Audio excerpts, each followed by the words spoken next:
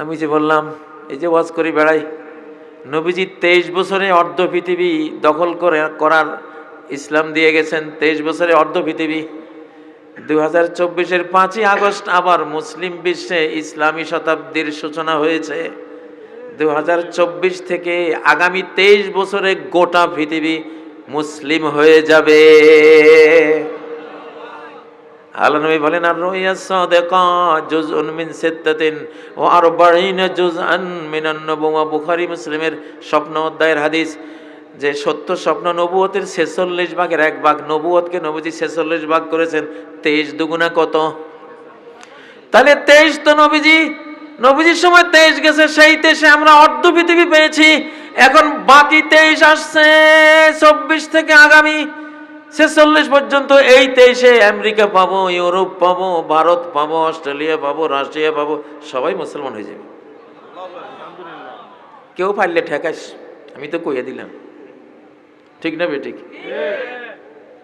ঠেকাইতে পারতো না কেউ, তারাই মুসলমান হয়ে যাবে ইনশাআল্লাহ। ইসলামের এমন জ্ঞান, বিজ্ঞান, সব বিজ্ঞানীরা ইসলাম কবুল করে ফেলতেছে। সব বড় ডক্টররা মুসলিম হয়ে যাচ্ছে, ইতিহাসবিদরা মুসলিম হয়ে যাচ্ছে। কারণ যেখানে হাত দেয় সেখানে সত্য, যেখানে হাত দেয় সেখানে তাকে কোরআন অব্যর্থ। আজ পর্যন্ত একটা বিন্দু বিসর্গ এই কোরআনের কোন বিজ্ঞানী ভুল ধরতে পেরেছে? বরং কোরআনের ভুল ধরার নিয়ত করে কোরআন পড়তে গিয়ে নিজের ভুল আবিষ্কার করে মুসলমান হয়েছে। মরিস বুকাইলি, ঠিক না বেঠিক? প্রফেসর কিট মুর, ওই যে ভ্রূণতত্ত্ব বিজ্ঞানী, যেই বিজ্ঞানী যেখানে কোরআন পড়তে যাবে মুসলমান না হয়ে উপায় নাই তার, যদি কপালে হেদায়েতটা থাকে। ও যুবকেরা, নিয়ত করো ইনশাআল্লাহ যে আমি এই বুড়া হুজুর, আমি 65 বছর বয়সে যদি 7 দিনে খতম করতে পারি, তোমার বয়স তো 20 বছর। হ্যাঁ, আমি আর একটা কথা কই, আমার এখন কেমন দেখছো? আমি যদি আরো এই পৃথিবীতে 25 বছর থাকি, আল্লাহ যদি হায়াত দেয়, এরকমই দেখবা। আমার তুমি দেখতে না যে আমি বুড়া হয়ে গেছি। কেন? এই কোরআন আমাকে বুড়া হইতে দেবে না ইনশাআল্লাহ। ওয়াযাক্কারাকা বিল আখিরাতি আমালুহু, যারা আমল আখলাক দেখলে তোমার মরণের কথা, কবরের কথা, হাসরের কথা মনে আসবে। সুবহানাল্লাহ, কত ভালো বন্ধু না?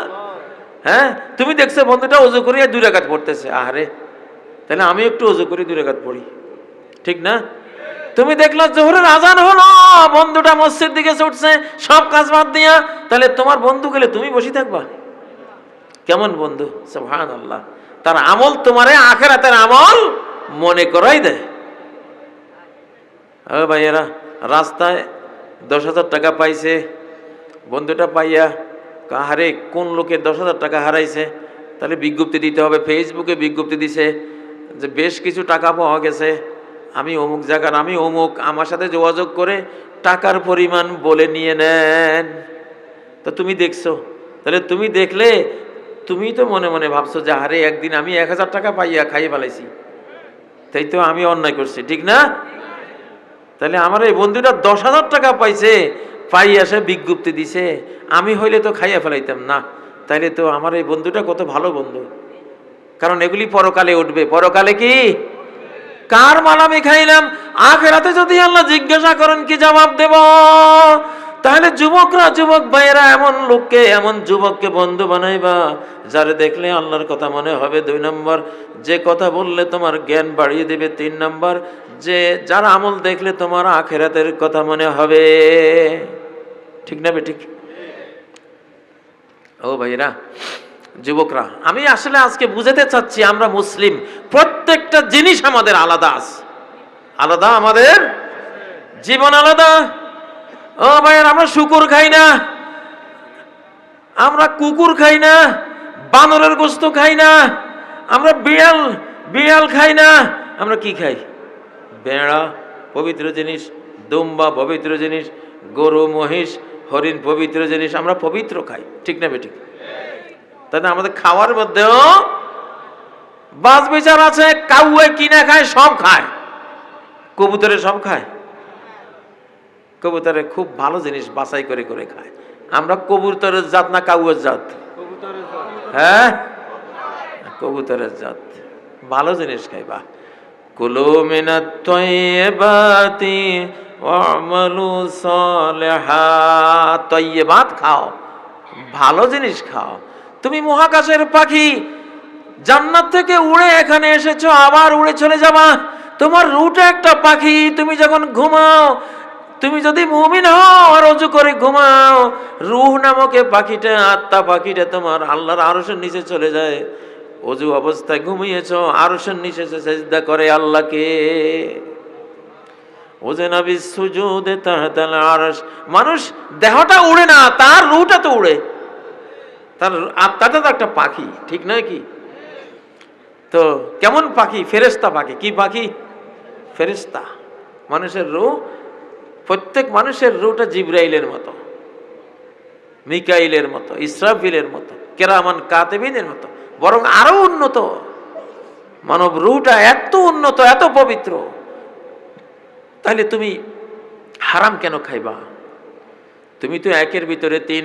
তোমার একটা বডি আছে, তোমার একটা রূহ আছে, তোমার একটা বিবেক আছে। বিবেকের খাবার হলো জ্ঞান, জ্ঞান নিবা কোরআন থেকে। রুহের খাবার হলো আল্লাহ প্রেম, আল্লাহ প্রেমও নিবা কোরআন থেকে। দেহের খাবার হলো হালাল খাদ্য, সে খাদ্য নিবা মাটি থেকে কোরআনের আলোকে। কোরআন এমন একটা একমাত্র বই, এমন এক আশ্চর্য। আলাদিনের প্রদীপের চেয়ে হাজার কোটি লক্ষ কোটি গুণ বড় প্রদীপ সূর্য। এই কোরআন একসাথে মানুষের রুহের কথা বলেছে, রুহের সকল চাহিদা মিটিয়ে দিয়েছে। মানব দেহের যত চাহিদা আছে, এই কোরআন মানব দেহের সব চাহিদা মিটিয়ে দিয়েছে। মানব বিবেক যেটা আছে, বুদ্ধি বিবেক, বিবেকের যত জ্ঞান লাগে, মহাকাশ বিজ্ঞান লাগে দিয়েছে, ভূতত্ত্ব বিজ্ঞান লাগে দিয়েছে, প্রাণী বিজ্ঞান লাগে তাও দিয়েছে, ওয়াটার সায়েন্স পানি বিজ্ঞান লাগে তাও দিয়েছে, নৃতত্ত্ব বিজ্ঞান হিউম্যান বিজ্ঞান লাগে সেটাও দিয়েছে, পরকালের বিজ্ঞান লাগে সেটাও দিয়েছে, পারিবারিক বিজ্ঞান লাগে সেটাও দিয়েছে, সমাজ বিজ্ঞান রাষ্ট্রবিজ্ঞান লাগে সেটাও দিয়েছে। কোনটা দেয় নাই? কোরআন তিবিয়ানাল লিকুল্লি শাই। সব কিছুর বয়ান আল্লাহ তাআলা এই কোরআনে তোমাকে দিয়ে দিয়েছে। পৃথিবীতে এমন বই আর খুঁজেই পাইবা না।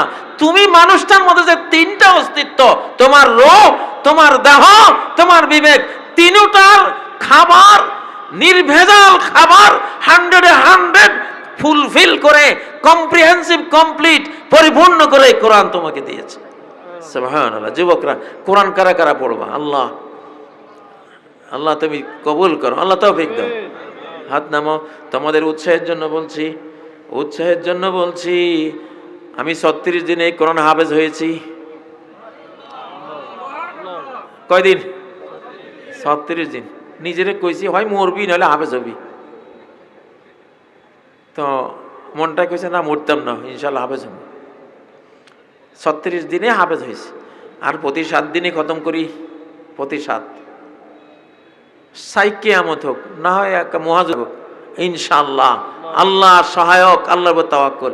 আমি যে 7 দিনে খতম করা অভ্যাস করেছি, কোনো দিন এটা মায়ের খাবে না ইনশাআল্লাহ।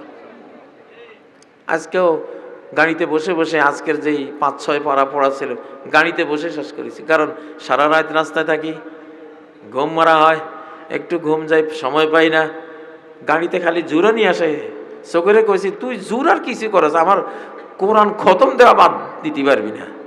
তোর মতো চোখ দিয়ে আমি করবো কি? যদি আল্লাহর কোরআন পড়া তোর দ্বারায় না হয়, তোর মতো চোখ দিয়ে যদি আল্লাহর কোরআনের আয়াত দেখে আমি না যাইতে পারি, তো তো এরকম চোখ দিয়ে আমার কোনো কাজ আছে? এই চোখ তো আমার জাহান্নামে নিয়ে যাবে, ঠিক না কথা? মানুষ ইচ্ছা করলে, আল্লাহর উপর তাওয়াক্কুল করলে অসাধ্য সাধন করতে পারে। পৃথিবীতে মানুষের জন্য অসম্ভব কিচ্ছু রাখে নাই আল্লাহ।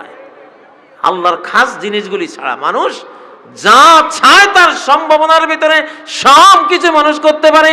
আল্লাহ তাকে সেই তৌফিক দিয়ে দেন। যুবক, তুমি যদি নিয়ত করো, ইনশাআল্লাহ 1 পারা হইলেও আমি দিনে প্রতিদিনে পড়বো, দেখবা 1 পারা পড়তে পড়তে এবার সংকল্প ভাবে 2 পারা পড়বো। তুমি ভাবছো, আরে তাহলে আমি অন্যান্য কাজ করবো কি?